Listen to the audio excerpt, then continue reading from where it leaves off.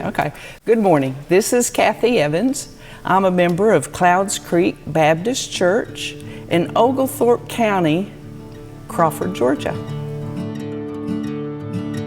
I came to this church after moving from South Georgia. I have an interest in history and genealogy, and I find both rich in this church.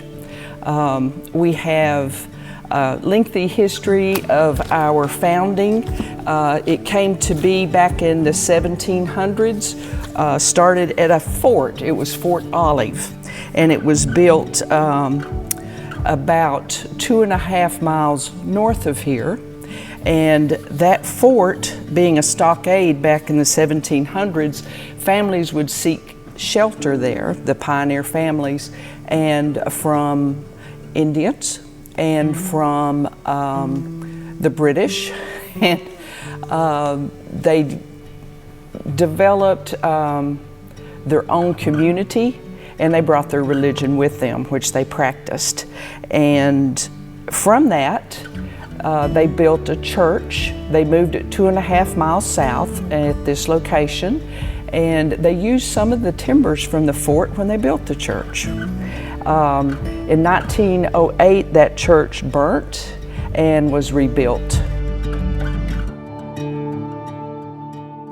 And we do have some of the timber from the original church that was used in some of our sister churches in the area to help them get started, some of the old beams that they could salvage. So the wood from the original church has been dispersed in other churches also.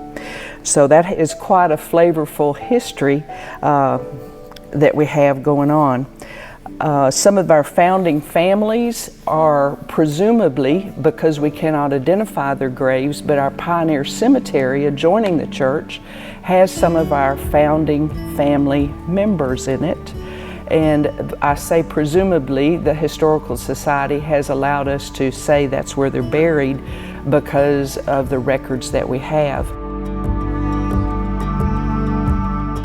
Although those graves have long since been disturbed through nature and through just trees growing, weather, the ages, we can identify some mounds that are possibly grave sites, and we have stone markers over some of those, but they too have been dispersed just through deterioration.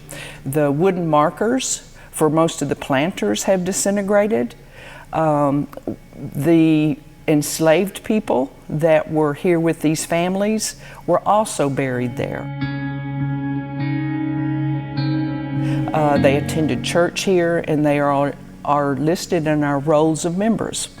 And so we do have quite an extensive history. Founded in 1788, the Historical Society, with the work of several citizens that love our community and love our church, got us a marker out front by the road, which is quite an accomplishment. They don't just hand those out because you're old, you have to document it. There's quite an investigative process that entails. And they were able to get us a marker for our church. There's lots of hoops, and you have to dot all your I's, cross all your T's. There's quite a review process. It's not just handed out because of your stated oral history. You have to document it.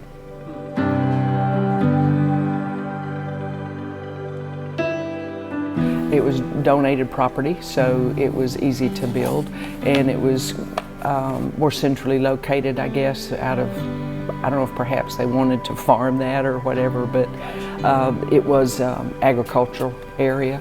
But their original location? Yes, okay. Yeah. The fort was built, and it was cleared land around it, which they did cultivate because they had to have food. Church records say that the church was actually started in a fort, which was some 2.5 miles north of here in 1788. It was later moved to this area, and the records say that the original church burned.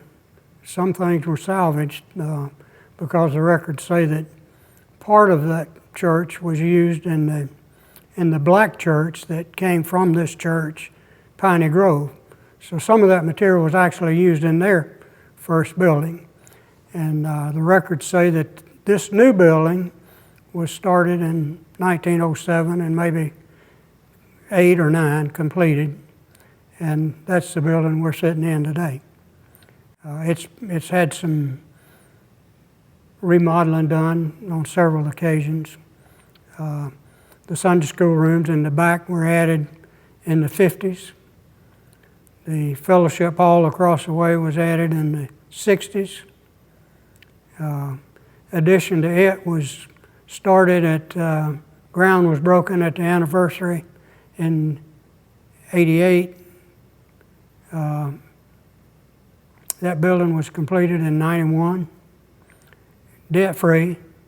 It was done by the members of the church, built by the members of the church. The men and the women spent much of their spare time, and almost every Saturday during those 2 years, and it was completed, and that's the building that's there today. The area initially was populated because after the Revolutionary War, of course, we didn't have income tax and our government had no source of revenue, and they could not pay all the soldiers that sacrificed so much for the Revolutionary War.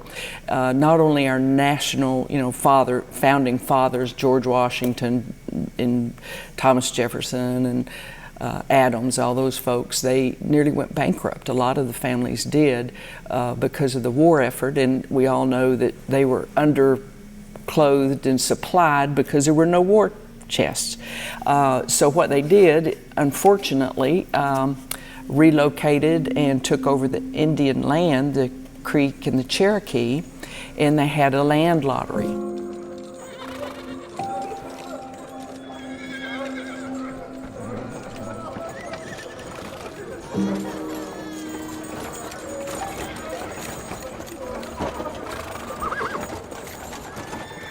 This land lottery had 2 barrels. One was a section and one was a lot. And when your name came up, they drew one out of the barrel to say what section you were in. They drew another one out of the barrel for a lot. So you knew what property you were going to get. And these soldiers were, through the land lottery, came because they were given land in lieu of payment for their war service. So that's how they encouraged pioneers to come into Georgia, the ones that were not already here.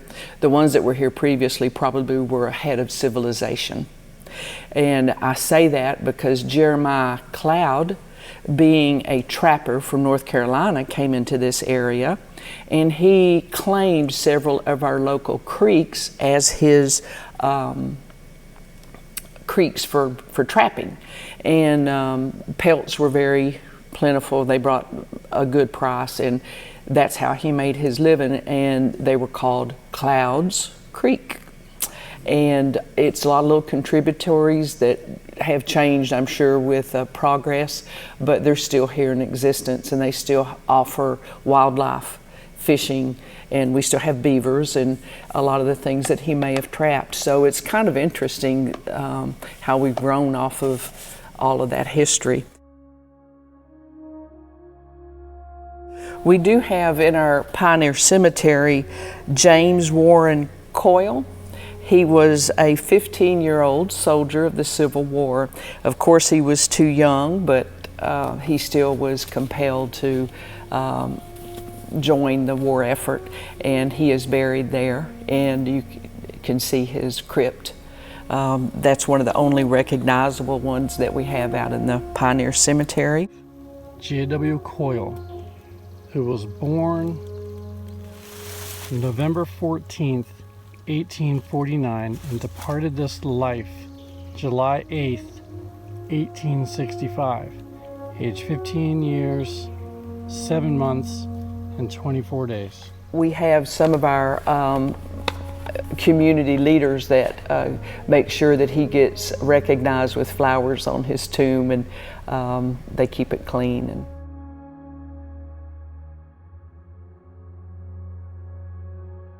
He's a white family member, and we do have Coyles that are members of our church today. Yeah.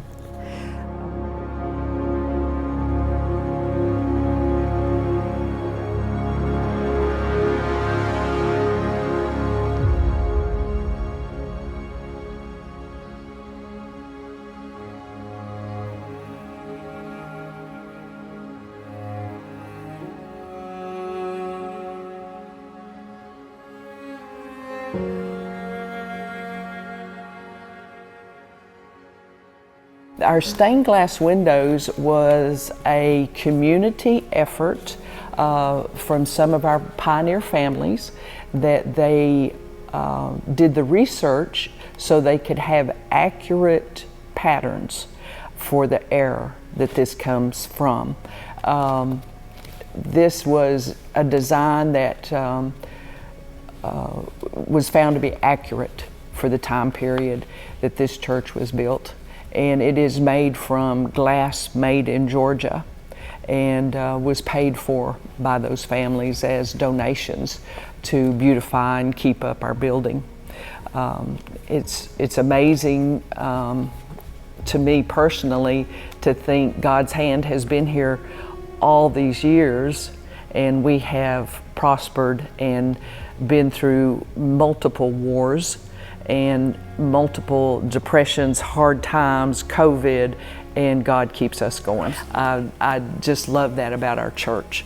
And it is not the building, it is God's church, and it is His hand that keeps us going. And I just love that. That just fills my heart with joy to know that I'm part of His plan. I have read through the minutes. Some of our early minutes we have no record of. This is from our 1700s. I'm sure they probably, I have no speculation what could have happened to them. Over that many years, I can't find stuff I bought last week, so I have no idea. But we do have records from the 1800s, 1805, and those are archived. We do have some copies. Let's see, those were archived at the Georgia Department of Archives and History, and that was done in 1947. So anybody that does genealogy and they need some information for someone that they know may be in our records, I have been able to help a couple of people that are looking for family connections, particularly Daughters of the American Revolution have been in touch with us, and some other people doing family research that knew they had family members here. And it's very interesting going through our minutes to see what was recorded. During times they did not have a preacher, they had a moderator and a clerk. And the moderator, as you can imagine, initiated who would speak and for how long and what things would make it up to be voted on. And the clerk, of course, kept the records. And we still have our clerk that still keeps our records today. But that was what they did when they did not have a preacher. They also have a covenant statement that the church wrote, and I had the privilege to read that to our church, and they wanted in our covenant, they suggested at that time that it be read out loud once a year so that everybody knows the covenant they've made with God. And I find that particularly touching, that is a real devout statement that we're under a covenant, and they want it renewed and everybody to know it.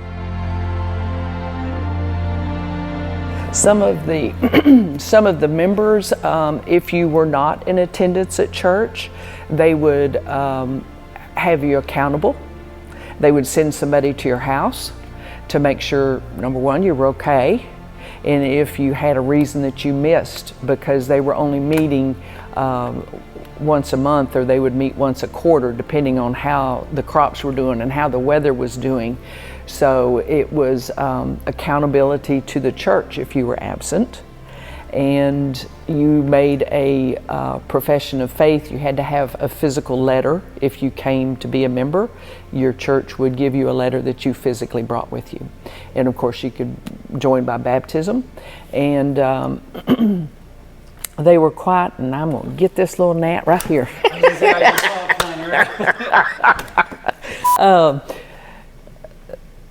You would be, they would vote on your joining, and of course, I haven't found anybody that they didn't accept, but I have found folks that were fined, and I have found folks that were excommunicated. Their membership was revoked for various and sundry things that we would probably find hard to understand today. There is, we had a discussion about twisted. There was twisted actions going on. There was frolicking actions going on, and these twistification. Excuse me, twistification was the cause for excommunication. And what was that? Could you go into what well, you it's consider twistification? we have come to the conclusion that's dancing. So there was also frolicking, consisted of fiddles and music, and I think it involved some liquor. So there was some frolicking that you could be excommunicated for. When you repented and you gave an account that you would not do that again, of course, we're in good standing with the church again.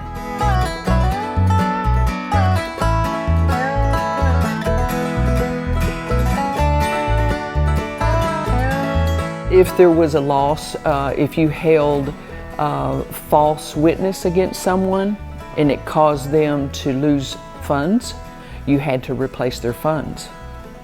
Okay. So if you said, that's my cow, no, that's my cow, and you were bearing false witness, and perhaps this cow was sold because they couldn't determine the owner, you had to replace that person's funds for having lost the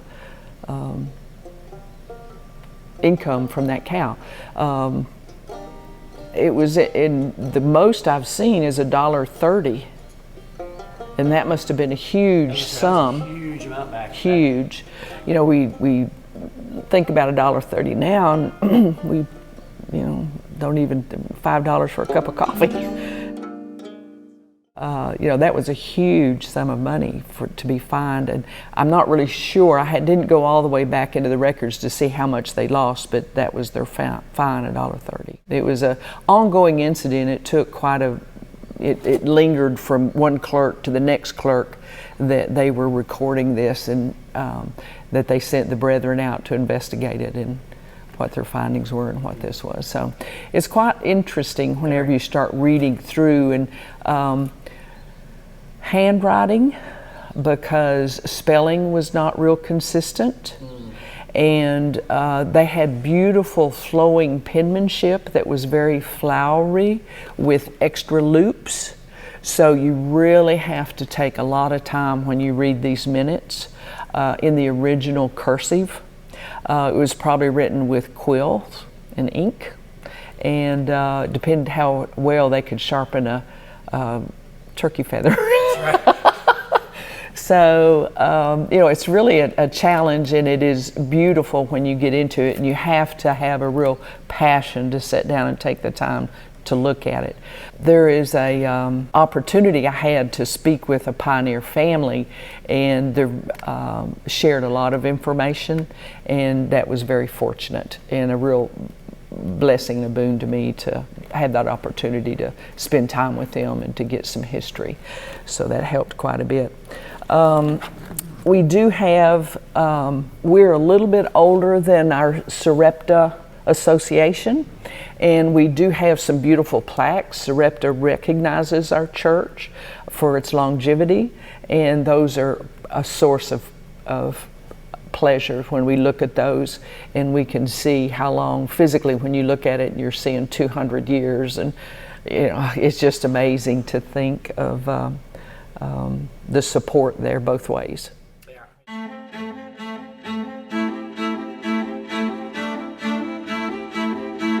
I do know that the chair that's over there is a deacon's chair, and I think the name that the family has on it is on the plaque. But that chair style is quite similar to one that the Masons have in Savannah that they made for George Washington. And it's just astounding. I don't know that that was made by the same person. At some future date, I'm going to see if I can get some more information on that particular chair, because George Washington was a tall man, and you know, relatively speaking, what does that mean? 6 foot, over 6 foot. Also for the time period, though. Yes. He definitely was Yes. extraordinarily tall. And the Masons made him a chair in Savannah Lodge, and it looks quite similar to this. So I'm going to see if I can find up some information on those two things. It's just one of those little got to get to it things that'll be digging and searching, because it's hard to find unless you can find a maker's mark on something to track it down.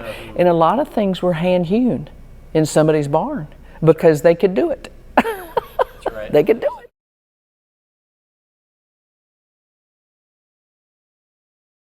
it. They're in our community. They don't all necessarily attend here, but they are still in our community. I think the Coils are one of our founding names, and we do still have the Coils here. This, And the Coil, is this, that's the same family with the young man? yes, and I don't know that that's a direct line. It may have been a nephew or whatever we've got now, but Embreys, Hendons, Sims, Lawrence, Johnson, Gower, Tribble, Simmons, Hill, Hale, Hartsfield, like the airport. Yeah, Hartsfield, Jackson, Hartsfield Airport. Yeah. Some of his family's from here. Wow. Scoggin, Spicer. People today that are descendants, I mean, our descendants of our pioneer families are in professors in colleges. Our pioneer family descendants are currently writing books. They are in every walk of life. They have infiltrated, and they carry all of their ancestors with them whenever they do these accomplishments.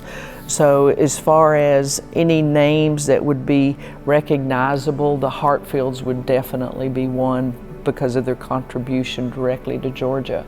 But we have some outstanding people that have come from these pioneer families. Our history, depending upon our root system, is very deep and strong. So I don't see that we're going away anytime soon. We are supported by a loving God, and we're going to be here right on. And since we have a young progressive preacher, our membership is growing, and we have an active youth group, and we see great things in that future also. So I think all together, Clouds Creek is still going to be a force to reckon with. Hopefully we'll be here for another 250 plus years. My name is Blake Ivey. I'm the pastor here at Clouds Creek Baptist Church. In this passage, he reminds us that we're not fighting against flesh and blood, because we need to be reminded of that. Because I've been here since May of 2019, and so I have the privilege of being here with this congregation that is, I mean, they're just incredible people, and it's cool to be part of the history.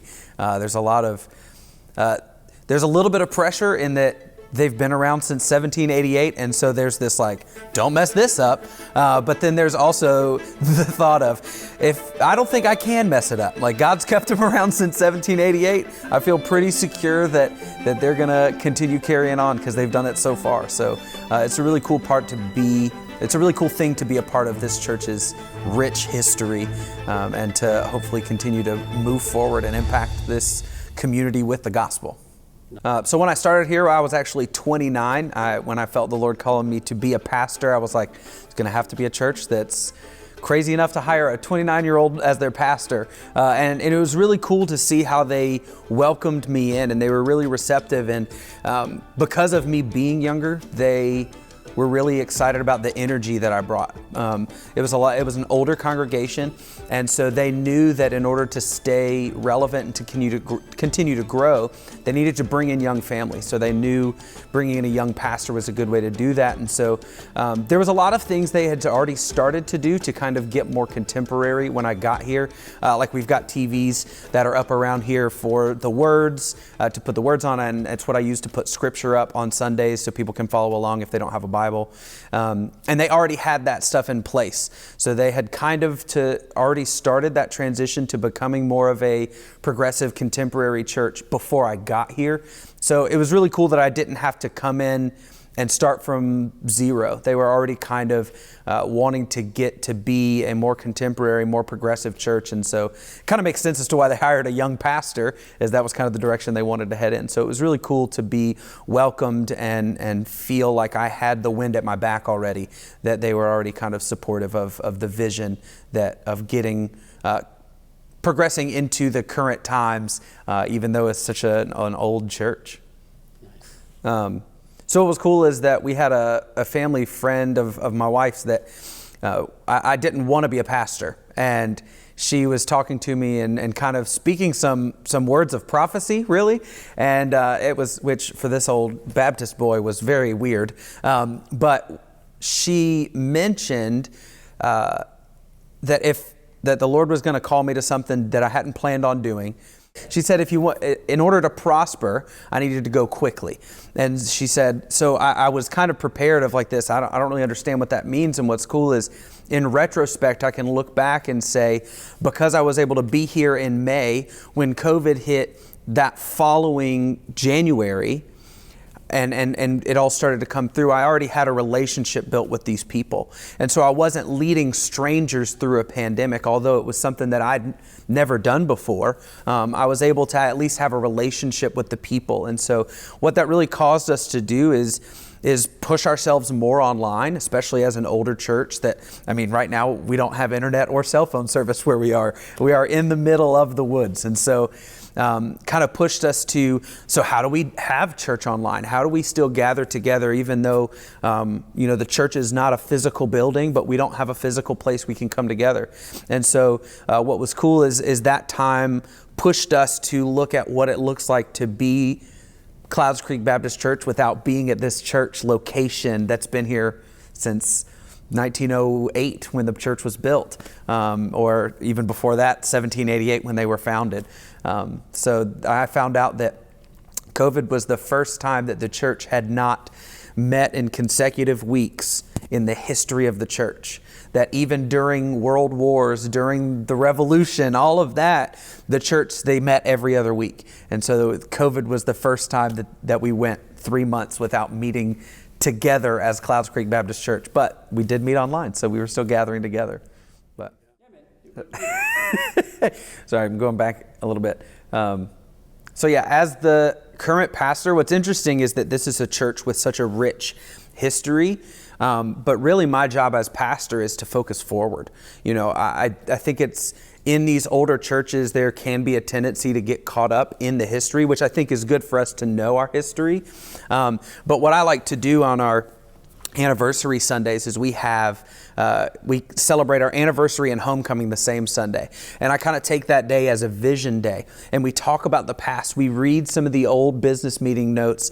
And then we'll come together and talk about the future and the vision of the church and what God has for us now and moving forward. And so the thing to me that is just so cool is to think about what this church has done since 1788 and how can we continue to impact Oglethorpe County with the gospel of Christ, because there is a tendency to move to urban areas and for people to kind of forget the rural, and that's dangerous because the gospel is still needed in this area. There's not these people don't already just know Jesus. It's not just because they live out in the country that they're automatically believers. And the drug epidemic is worse in rural areas than it is in urban areas. A lot of people don't understand that. And so there's so much purpose in the future. But I do know that there's a lot of cool things in our church history. Like I know that we were founded before George Washington was inaugurated is one of the coolest things to me. That's my go-to fun fact is we were founded before George Washington was inaugurated. And just to think about the fact that, the Declaration was signed in 1776, and then here we are in 1788. So these are people that I can't even comprehend the wars and the things that are so far back in my mind historically that I can't even understand that, they probably had a church discussion about indoor plumbing, that it's like, what do you mean we're going to go to the bathroom in the church now? There's still the outhouse in the backwoods back there that is kind of fallen over, but you can still see that and think about the history that this place has been through. And we talked about the organ back there that was donated in 1886 that they bought for $100. And it's just crazy to think about the stuff in here and the years that it has seen and seen what God has done. And even in the years where they didn't have a pastor, that's kind of what drew me to Clouds Creek. Is this was a church that was hurting and that had been hurt by previous leadership, just through things that had happened and kind of fallen through the cracks. And again, it's that a lot of times the rural churches get forgotten. And what's cool is that this is a group who they're not relying on a pastor. They're relying on each other, which I think is a beauty of the church in general. And it's such a great reminder that the church is not about one person who stands in the pulpit and gives a message. The church is about the people. And so it's cool to see throughout this church's history that it's not been dependent on one person. It's been dependent on a group of people. And so when you see these plaques around that are all these different people, it's rare that you'll actually see an ode to the pastors, because I think that the people here understand that really the church is made up of God and the people, and the pastor is just another one of the people. And so that's a privilege that I have, that I get to serve in my role as teaching the gospel, teaching scripture. But the people, they're the hands and the feet. They don't depend on any one person to do everything.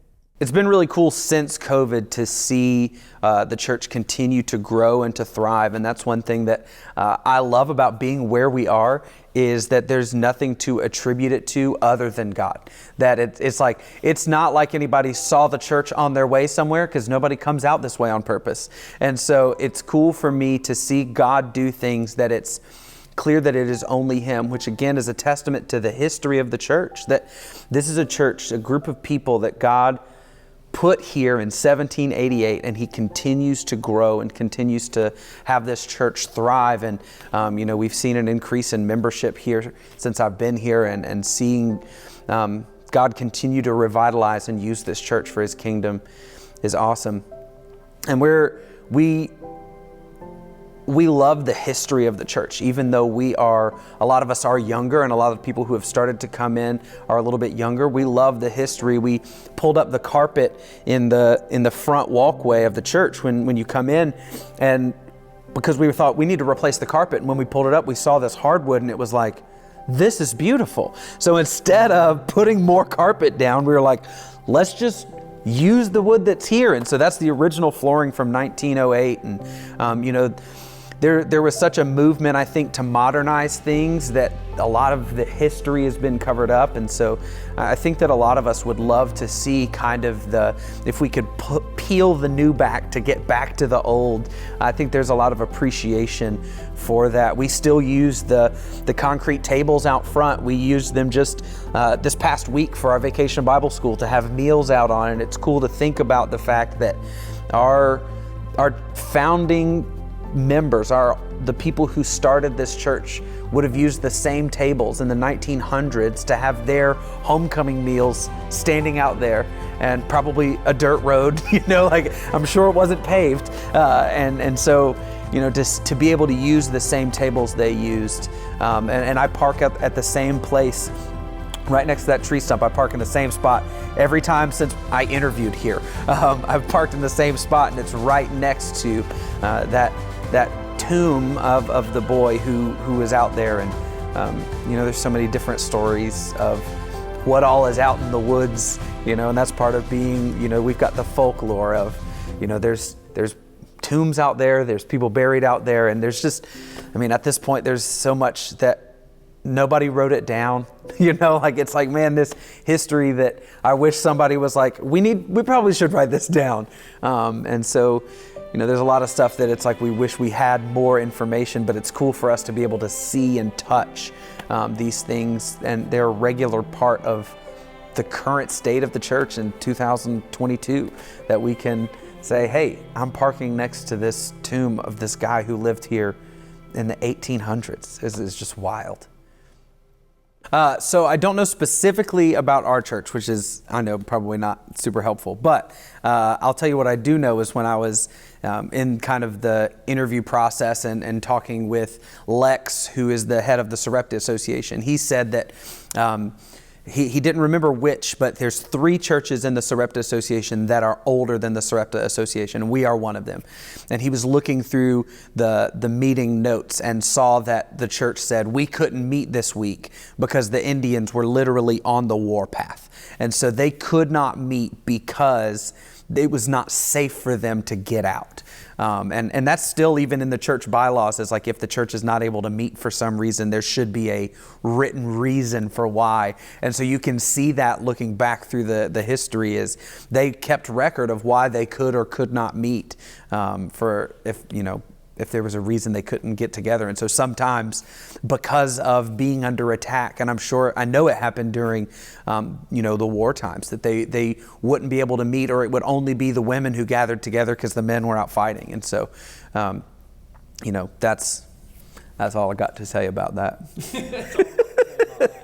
One of the cool things that we have is that in our church offices, we have this glass case that has kind of relics, if you will, from the things of the church of the past. We have the original church sign from whenever they would have put it up. I'm not sure if it was 1788 when they were founded or whenever they made their first church sign. We still have that in that glass case. We've got a Bible that was the church Bible that sat in the sanctuary for who knows how long. And we've got pictures of original members that are in that, yellow, grainy, that you can see by the way they're dressed and the way the picture is. You can see that this is you're not looking at a picture from the 80s, and we do have business meeting notes, and we have the original books that have all of those meeting notes that we can go back and look at, that we're in the process of trying to get those digitized so that it's not just loose out there. And we actually bought a safe to put them in there, because we were like, if this church burned down, we want to be able to say we still have those original minutes. And so we still have the original minutes for the church meetings dating back to the early 1800s. We've got those books that we still have locked away so that they're safe. I think that one thing that is cool is that I feel like there is a part of me that does get to interact with the history, because we have older members who have been here for 80 years. And so we had a lady who, her name was Miss Jeanette, and she passed away about a little over a year ago. And, to be able to talk to her, that she was a member of this church for 83 years.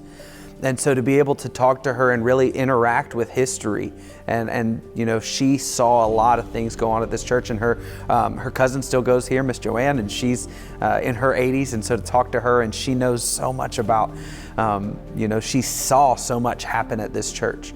And so that's what's cool, is that, we have people in this church who they just have it. It's not just that they've been here for 80 years, but their parents were here for 60 years before that. And, so that there really is such a privilege that it's not just looking back at history, but we are still a result of it.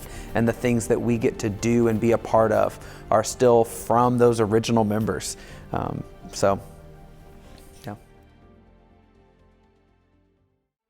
I'm Mary Ann Fortson. I have been here for many, many years, and have been involved in the church. I can't remember how long. I think I joined the church when I was 12 years old, and have just enjoyed being with this group of people in this church. I'm Pat Fortson, and I've been a member here since 1986. Been involved with the church in several ways as a pianist, Sunday school teacher, deacon, so they keep me busy, and I enjoy doing it. So I grew up in Conyers, Georgia. I've been a Georgia boy my whole life. This is actually the furthest I've ever lived away from Atlanta. So this is, I'm a little out of my element being out in the rural areas. I'm a city boy, but it's been cool that these people have embraced me, even though I'm a little bit different. I don't like to hunt. I don't like to fish. So I'm not your normal Oglethorpe County resident. But I've got my wife, Maddie, that we've been married for 6 years, probably. What year is it? 2022. We've been married, 6 years, I was right.